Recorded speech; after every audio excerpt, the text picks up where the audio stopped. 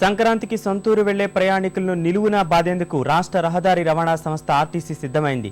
పండగ రద్దీ దృష్ట్యా రాజధాని నుంచి రాష్ట్రంలోని పలు జిల్లాలకు 4410 ప్రత్యేక బస్సులు నడపనుంది. వీటన్నింటిలో 50% అదనపు ఛార్జీ వసూలు చేయాలని నిర్ణయించింది. ఈ నెల 9 నుంచి 13 వరకు ప్రత్యేక బస్సులు తిప్పుతున్నట్లు ఆర్టీసీ కార్యనిర్వాహక సంచాలకుడు కోటేశ్వరరావు చెప్పారు. ఈ బస్సుల్లో అన్ని రిజర్వేషన్ కేంద్రాలు, ఈ టికెట్ ద్వారా ముందుగానే సీటు రిజర్వ్ చేసుకునే సౌకర్యం కల్పిస్తున్నట్లు అధికారులు తెలిపారు. రోజు సాధారణంగా తిరిగే బస్సులు మాత్రం యథావిధిగా నడుస్తాయని వెల్లడించారు.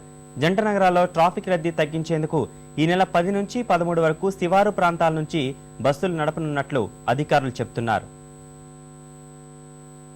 సంక్రాంతి రద్దీ ఈ సంవత్సరం బాగా ఉంటుందని చెప్పేసి మా అభిప్రాయం. దీనికోసం 4410